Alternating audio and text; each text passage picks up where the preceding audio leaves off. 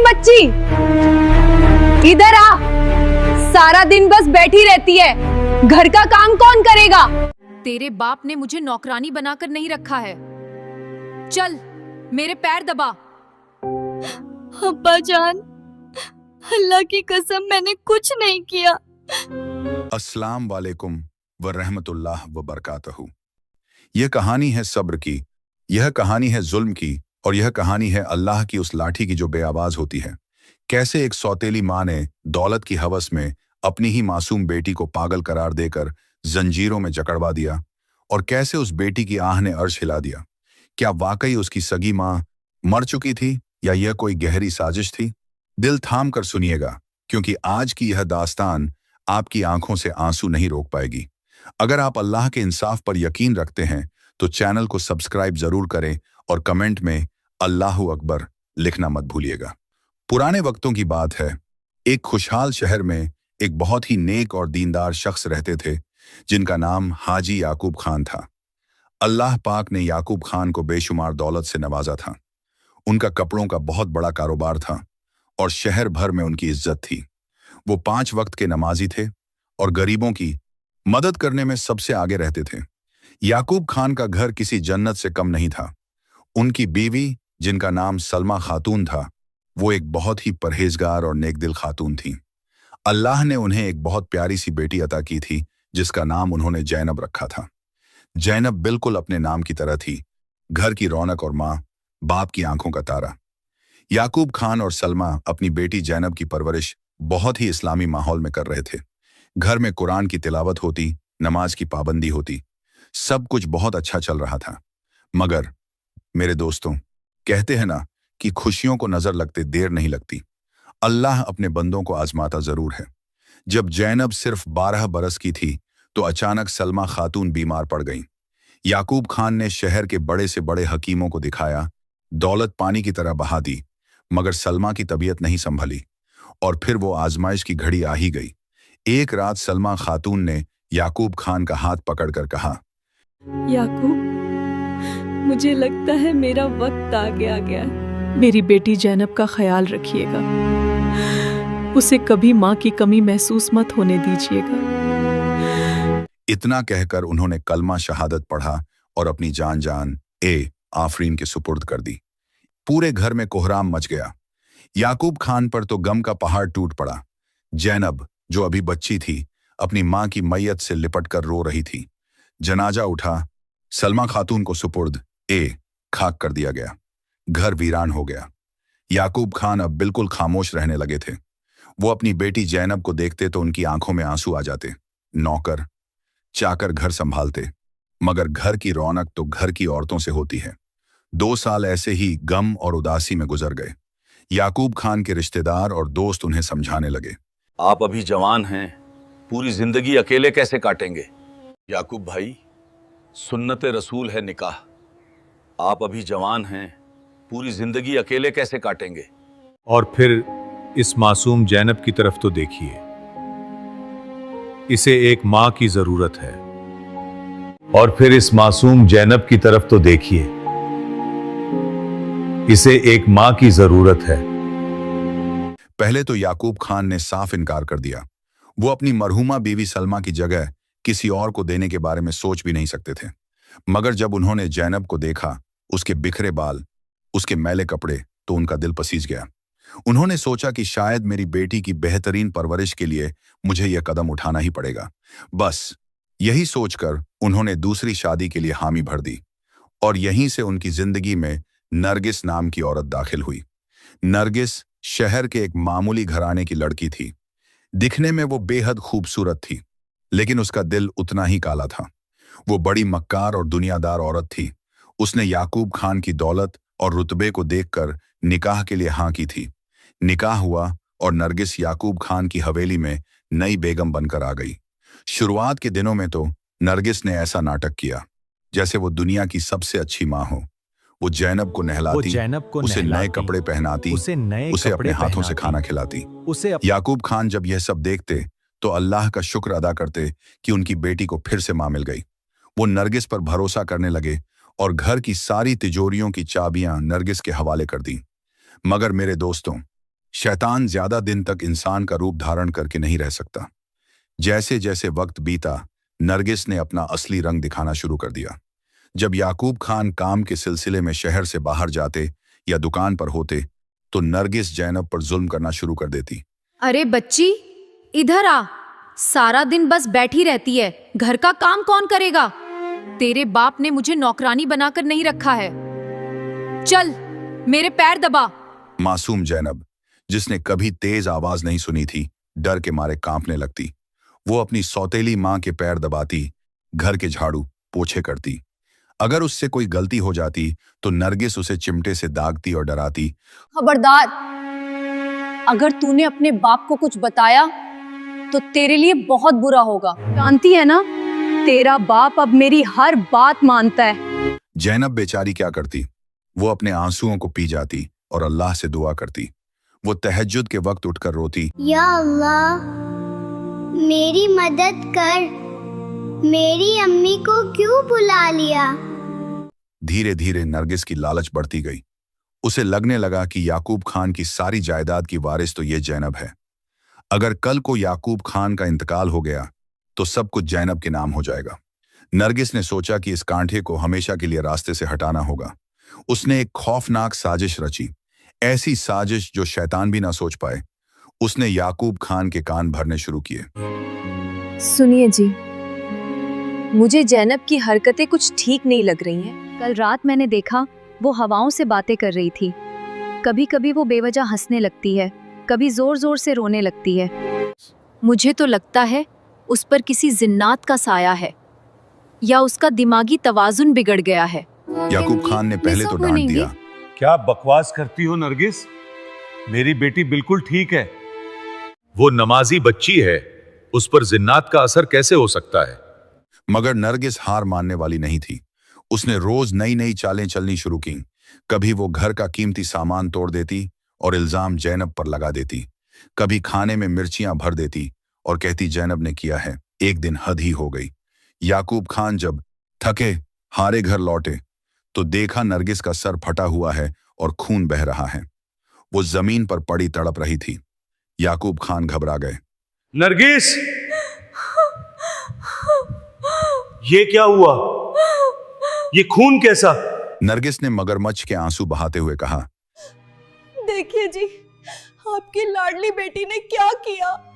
मैंने उसे बस इतना कहा था कि बेटा नमाज पढ़ लो, तो उस पर न जाने कौन सा दौरा पड़ा। उसने उठाकर भारी फूलदान मेरे सर पर मार दिया। जी, ये लड़की अब पागल हो चुकी है। ये आज मुझे मार देती, कल आपको मार देगी। मैं इस घर में इस पागल के साथ नहीं रह सकती। याकूब खान सन्न रह गए। उन्होंने गुस्से में जैनब को बुलाया। जैनब, ये क्या किया तुमने? जैनब रोती हुई आई। अब्बा जान, अल्लाह की कसम मैंने कुछ नहीं किया। मम्मी ने खुद अपना सर दीवार पर मारा था। वो झूठ बोल रही हैं अब्बा, मेरा यकीन करें।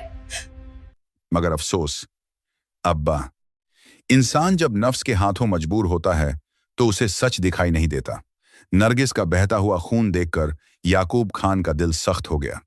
उन्होंने पहली बार अपनी मासूम बेटी पर हाथ उठाया। जैनब गाल पर हाथ रखकर रोती रही। उसकी आंखों में बेबसी थी।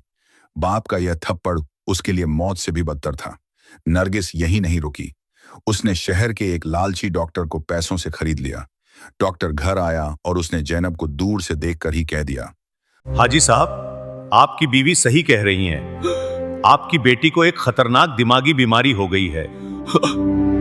ये अपने आप पर काबू नहीं रख पाती। इसे घर पे रखना खतरे से खाली नहीं है। आपको इसे पागलखाने भेजना होगा। He speaks with cold certainty. नहीं नहीं, मैं अपनी फूल सी बेटी को पागलों के बीच कैसे भेज सकता हूँ? हाजी साहब, अगर आप इसे यहां रखेंगे तो ये किसी की भी जान ले सकती है। शहर के बाहर एक पुराना पागल खाना है, वहां के डॉक्टर बहुत काबिल हैं। वो इसे ठीक कर देंगे। हाँ जी, आप दिल पे पत्थर रख लीजिए। बच्ची की भलाई इसी में है। आखिरकार याकूब खान मान गए। वो दिन कयामत का दिन था जब दो हट्टे-कट्टे आदमी घर आए और जैनब को घसीटते हुए ले जाने लगे। जैनब चीखती रही, अब्बा मुझे मत भेजो, मैं पागल नहीं हूं। अब्बा, अम्मी की कसम मैं ठीक हूं, मुझे सौतेली मां से बचा लो। जैनब ने दरवाजे की चौखट पकड़ ली। उसके नाखून उखड़ गए, मगर जालिमों ने उसे गाड़ी में डाल ही दिया। याकूब खान मुंह फेर कर रोते रहे। नरगिस खिड़की से यह तमाशा देख रही थी और उसके चेहरे पर एक शैतानी मुस्कान थी। उसका रास्ता अब साफ था। गाड़ी शहर से बहुत दूर वीराने में बने एक पुराने और खौफनाक पागल खाने के आगे रुकी। यह जगह कम और जहन्नुम ज्यादा लगती थी। ऊंची ऊंची काली दीवारें और अंदर से आती डरावनी चीखें। इस पागल खाने का इंचार्ज एक बहुत बड़ा जालिम इंसान था जिसका नाम दिलावर खान था। नरगिस ने दिलावर को पहले ही मुंह मांगे पैसे दे दिए थे और कह दिया था, ये लड़की कभी ठीक होकर वापस नहीं आनी चाहिए। इसे ऐसी काल कोठरी में डालो जहां सूरज की रोशनी भी ना जाए। दिलावर ने जैनब को एक अंधेरी बदबूदार कोठरी में धक्का दे दिया और लोहे की भारी जंजीरों से उसके हाथ पैर बांध दिए। आज स्वागत है राजकुमारी, अब यही तेरा महल है और यही तेरी कब्र। जैनब वहां तड़पती रही। उसे खाने के नाम पर सूखी रोटियां फेंकी जाती। अगर वो रोती तो उसे कोड़े मारे जाते। उस मासूम बच्ची ने वहां जो अजाब झेला वो बयान से बाहर है। वो हर वक्त अल्लाह को याद करती। या रब्बुल आलमीन, तू तो सब देख रहा है, मेरे हाल पर रहम कर। उस पागल खाने के सबसे निचले हिस्से में, जहां सबसे खतरनाक पागलों को रखा जाता था, जैनब की कोठरी के पास एक और कोठरी थी। उस कोठरी के दरवाजे पर हमेशा बड़ा ताला लगा रहता था और वहां किसी को जाने की इजाजत नहीं थी। अक्सर रात के सन्नाटे में जब सारे पहरेदार सो जाते, उस कोठरी से एक दर्दनाक आवाज आती, कोई है? मुझे पानी दे दो, अल्लाह के वास्ते मुझे पानी दे दो। वो आवाज बहुत कमजोर थी, लेकिन जैनब को उस आवाज में एक अजीब सा खिंचाव महसूस होता था। ऐसा लगता था जैसे कोई अपना पुकार रहा हो। एक रात जब दिलावर और उसके आदमी शराब के नशे में धुत थे और आंधी तूफान का मौसम था, जैनब की कोठरी का पुराना ताला दीवार से उखड़ी एक ईंट की चोट से थोड़ा ढीला हो गया। जैनब ने बिस्मिल्लाह पढ़कर जोर लगाया तो कुंडी खुल गई। वो आजाद थी। उसे भाग जाना चाहिए था, मगर उसके कदम उस दूसरी कोठरी की तरफ बढ़ गए। वो जानना चाहती थी कि वहां कौन कैद है।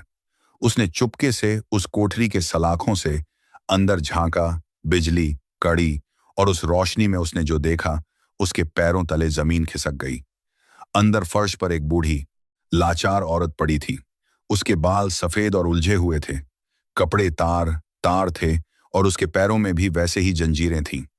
जैनब ने धीरे से पुकारा, खाला, आप कौन हैं? उस औरत ने मुश्किल से सर उठाया। उसकी आंखें पथरा गई थीं। उसने जैनब को देखा। पानी बेटी, पानी। जैनब ने पास पड़े मटके से पानी निकालकर उसके मुंह से लगाया। जैसे ही उस औरत ने पानी पिया और जैनब के चेहरे को गौर से देखा, वो एकदम से चौंक गई।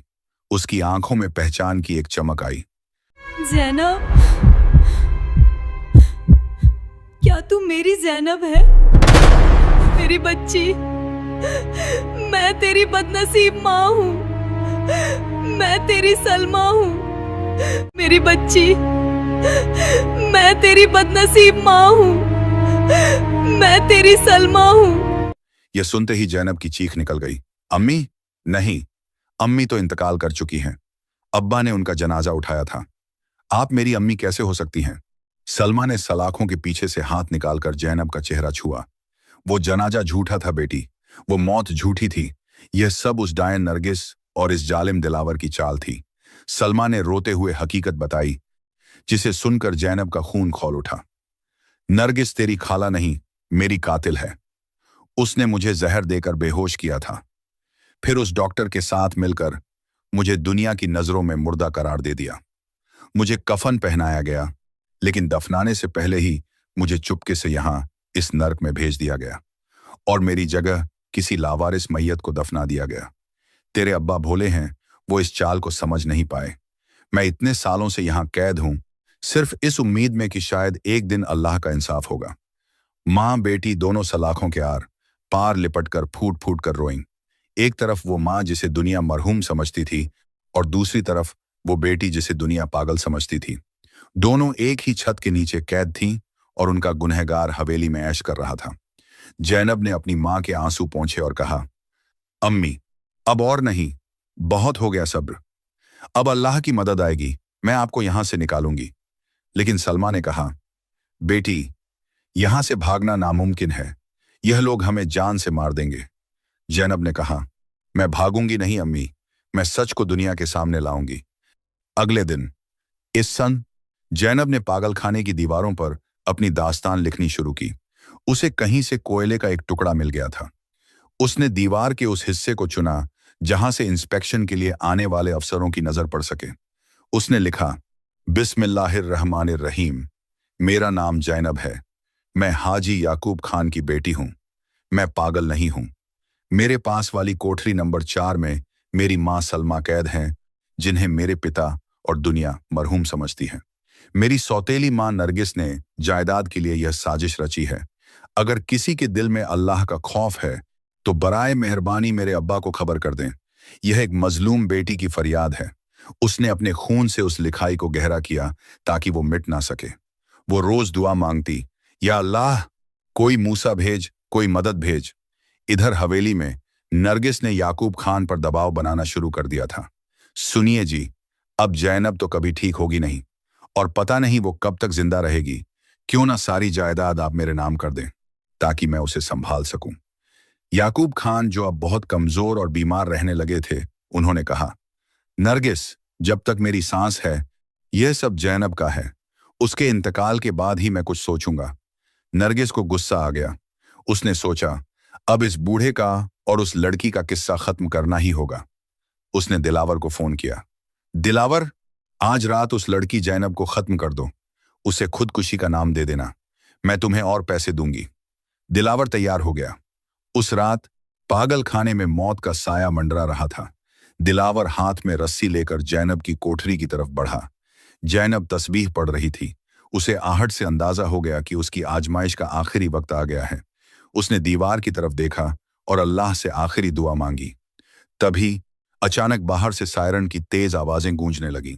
पुलिस की गाड़ियां धड़धड़ाती हुई पागल खाने का गेट तोड़कर अंदर दाखिल हुईं। यह कोई मामूली पुलिस नहीं थी।